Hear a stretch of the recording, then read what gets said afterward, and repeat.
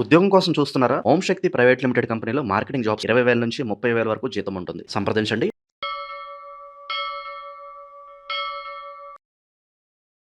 ప్రస్తుతం మనతో పాటు ప్రముఖ ఆధ్యాత్మికవేత్త, తంత్ర జ్యోతిష్యులు, జ్యోతిషరత్న, జ్యోతిష సామ్రాట్ డాక్టర్ చింత రుక్మాన్ గదరావు గారు మనతో ఉన్నారు. గురుగారితో మాట్లాడదాం. నమస్కారం గురుగారు.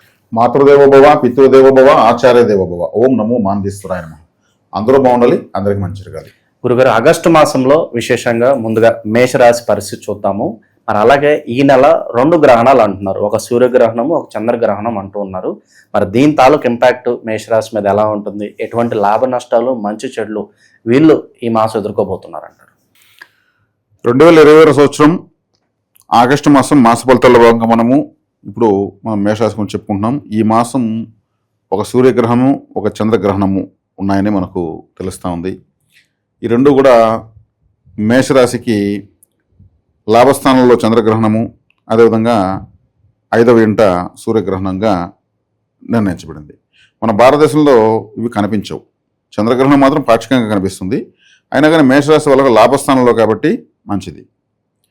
లాభస్థానంలో చంద్రగ్రహణము రాహుతో కలిసి రాహుగ్రహణం జరుగుతుంది. అది పాక్షికంగా కనిపిస్తుంది. విదేశాల్లో ఉన్నటువంటి మేషరాశి వాళ్ళకు చంద్రగ్రహణం మంచిది, సూర్యగ్రహణం మంచిది కాదు. విదేశాల్లో కనిపిస్తుంది కాబట్టి సూర్యగ్రహణము విదేశాల్లో ఉంటున్న వాళ్ళకు, మేషరాశి వాళ్ళకు అక్కడ కనిపిస్తుంది కాబట్టి వాళ్ళు ఏదైనా గోధుమలు మరి అక్కడ వెండి సర్పాలు 2 తీసుకొని దొరికితే గోధుమలు 1 కేజీ పావు గోధుమలు తీసుకొని ఒక చిన్న రాగి, మన సూర్యగ్రహణంలో రాగి పళ్ళెం ఒక గిన్నె తీసుకుని అందులో నెయ్యి పోసి ఈ 2 సర్పాలు, చిన్న చిన్న సర్ప పడగలు 2 మునిగేట్టుగా, నేతులు మునిగేట్టుగా పెట్టి వాటిని దానం ఇస్తే మంచిది.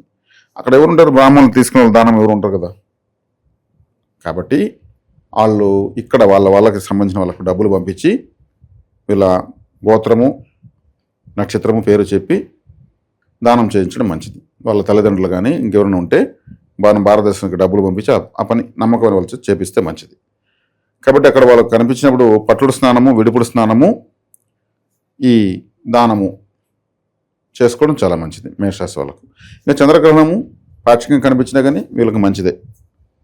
అదేవిధంగా ఇంక ఈ మాసము మాస ఫలితాలకు వస్తే కుజుడు వీళ్ళకు మిథున రాశిలోకి ఎంటర్ అవుతున్నాడు. బుధుడు కర్కాటకంలోకి ఎంటర్ అవుతున్నాడు. రవిగ్రహము వీళ్ళకు సింహరాశిలోకి ఎంటర్ అవుతుంది. శుక్రుడు కన్యారాశిలోకి ఎంటర్ అవుతున్నాడు.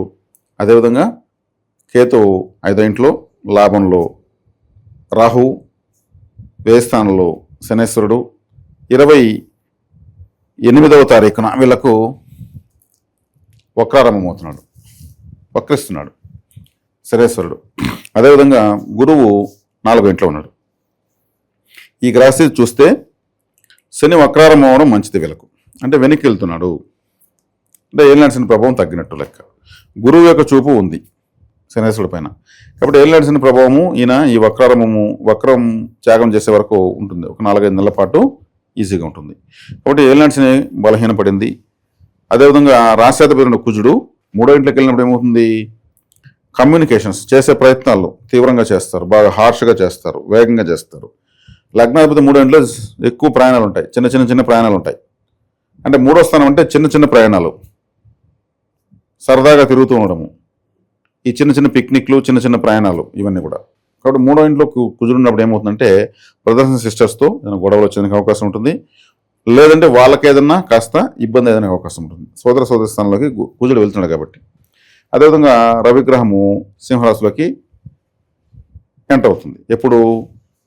17వ తేదీ తర్వాత. సింహరాశిలోకి రవి రావడం మంచిదే, కానీ అక్కడ రవి కేతులు కలుస్తున్నారు. అది విదేశాల్లో ఉన్న వాళ్ళకి గ్రహణ ప్రభావం ఉంటుంది. అదే గురువు 4వ ఇంట్లో ఉన్నాడు. గురువు 4వ ఇంట్లో ఉచ్చ స్థితిలో ఉన్నాడు, అంటే భాగ్యాధిపతి ఉచ్చ స్థితిలో ఉన్నాడు. ఇది మంచిది. శుక్రుడు 6వ ఇంట్లోకి వెళ్తున్నాడు. ఈ లగ్నానికి సప్తమాధిపతి 6వ ఇంట్లోకి వెళ్తున్నాడు. భార్యకి ఏదైనా అనారోగ్యం చేయడానికి అవకాశం ఉంటుంది. శుక్రుడు అక్కడ నీచపడతాడు. సప్తమాధిపతి 6వ ఇంట్లో నీచ.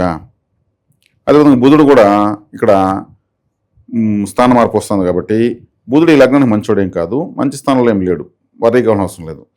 గురువు, అదేవిధంగా శని ప్రభావం తగ్గడము, రాహు లాభాలు ఉండేది మంచిది. ఆ రవిగ్రహం స్వస్థానంలోకి వెళ్ళడం మంచిది. శుక్రుడు నీచపడడం వల్ల భార్యకు అనారోగ్యం చేయడానికి కానీ అవకాశం ఉంది. ఈ సమయంలో మగవాళ్ళు వివాహ విషయాలు ప్రయత్నాలు చేయకూడదు. భార్య కారకుడు నీచబడుతున్నాడు కాబట్టి. అదేవిధంగా ఇక్కడ ఈ రాశి తీసుకుంటే లగ్న రాశ్యాధిపతి బలంగా ఉన్నాడు. రాశ్యాధిపతి బలం వల్ల వీళ్ళ ప్రయత్నాలు ఇతరత్ర వ్యాపారము, ఉద్యోగము ఇటువంటి ప్రయత్నాలు బాగా చేసుకోవచ్చు. ఒక్క వివాహ ప్రయత్నం మాత్రం శుక్రుడు 7వ ఇంట్లోకి తులారాశిలోకి వచ్చినప్పుడు చేసుకోవడం మంచిది.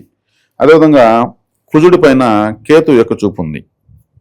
కేతు తన తర్వాత 3వ స్థానాన్ని, తన వెనుక 11వ స్థానాన్ని చూస్తాడు. కాబట్టి వీళ్ళు చేసే ప్రయత్నాల్లో ఆటంకాలు కూడా కలిగేదానికి అవకాశం ఉంది. కాబట్టి విఘ్నేశ్వర ఆరాధన, సుబ్రహ్మణ్య ఆరాధన విశేషంగా చేసుకోవాలి. అదేవిధంగా గురువు 4వ ఇంట్లో ఉన్నాడు కాబట్టి విద్యార్థులకు బాగుంటుంది. విద్యాస్థానంలో గురువు ఉచ్చస్థితిలో ఉన్నాడు కాబట్టి మంచి ఉన్నత విద్యలు, లేదా కాంపిటీషన్ ఎగ్జామ్స్, లేదంటే తరగతిలో వీళ్ళు వెనకబడి ఉన్న స్టూడెంట్ అయినా కానీ ముందుకు బాగా క్లవర్గా మారడం లాంటివన్నీ బాగా జరుగుతాయి. ఇంకా మేషరాశి వాళ్ళకి సహజంగానే టాలెంట్ ఎక్కువ, దూకుడు ఎక్కువ, కొంచెం ఆలోచించుకోకుండా ముందుకు దూరే వాళ్ళు వీళ్ళు. అది కొంచెం కంట్రోల్ చేసుకుంటే ఆలోచించి ఆచుతూ అడుగు వేయడం వల్ల బెనిఫిట్స్ బాగుంటాయి. మొత్తంగా చూస్తే ఈ రాశికి ఈ మాసం అన్ని విధాలు శుభంగానే ఉందని చెప్పచ్చు. ఒక వివాహ ప్రయత్నాలు మాత్రం ఎంటర్ అవ్వకూడదు. ఇంకా మధ్యవర్తిత్వం ఉండటము ఇలాంటివి కలిసి వస్తాయి అంటారా పార్ట్నర్షిప్లో? జనరల్గా ఇది మన జ్యోతిషం సంబంధం లేదని చెప్పాలి.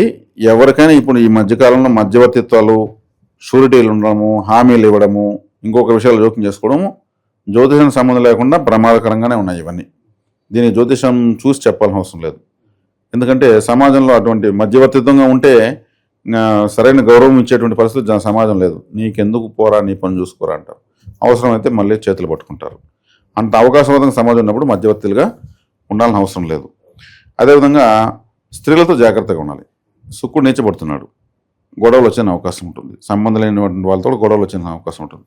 అదే పెళ్లి చూపులకు పోకుండా ఉండడం మంచిది.